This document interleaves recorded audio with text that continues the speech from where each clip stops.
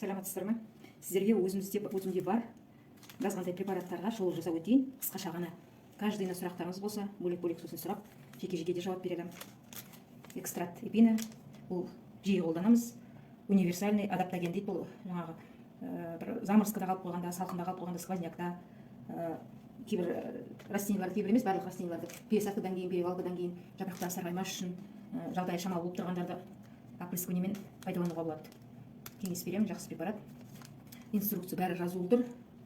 Ешқандай қиындығы жоқ, қалай пайдаланады деп қорықпай пайдалануға болады. Пикоспорин менде порошок түрі, бұның тағы смола сияқты паста түрі де болады. Бұл да профилактикаға, және профилактика дегеніміз аурудың алдын алуға.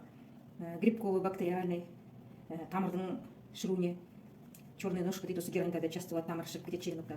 Сондайларға пайдаланамыз. Немесе почвада бар, қандай да болса бір бактериялар болса, соны құйып тұрсақ профилактика ретінде жақсы. Бұны да инструкция бойынша еземіз, шашуға да болады, құюға да болады, семена салып қоюға болады, егерде, және черенок егерде пайдалануға болады. Гүлдер шіріп, тамыры жағдай болмаған кезде пересадка жасағанда сол тамырды салып жарты сағатқа, содан кейін ексе пайдасы бар. Жақсы препарат. Циркон, циркон деген. Бұл тамыр шығаруға жақсы. Бұны овощ фруктыларға да пайдалануға болады, огородта, үй гүлдеріне де болады. Бір тек срок хранениесі, ұзартуға срок хранениесін, увеличение срок хранения продукции. Жақсы препарат. Бәрі де түсінікті жазылған, мен қысқа айтып жатырмын. Мынау хилат железі деген. Хилат железі деген жапырақтарымыз кейде мынау кратон. Кратон болғасын бұл өз жапырақтары ала алады. Мынандай жапырақ деген кейде полоска болып сарғайып тұрады. Тек сарғайып пісіп қалған жапырағымыз, кәдімгі бір карта сияқты. Жапырақтарымыз кейде мынау кратон. Кратон болғасын бұл өз жапырақтары ала алады. Мынандай жапырақ деген кейде полоска болып сарғайып тұрады. Тек сарғайып пісіп қалған жапырағымыз, кәдімгі бір карта сияқты болып көрініп тұрады. Сондай кезде бұл железі, темір жетіспегеннен. Қазір суларымызда темір жетіспейді, сондықтан сол кезде опрыскивание жасаса, ол бұрынғы жапырақтары қала береді, сондаймен шыққан жаңа жапырақтар қалыпқа келеді. Питание растения. Хлороз деп аталады ол сарғаюы. Бұл да жақсы препарат. Мынау енді подкормка гумат плюс 7 йод дейді. Бұның құрамында йод бар, және 7 түрлі элементтер бар.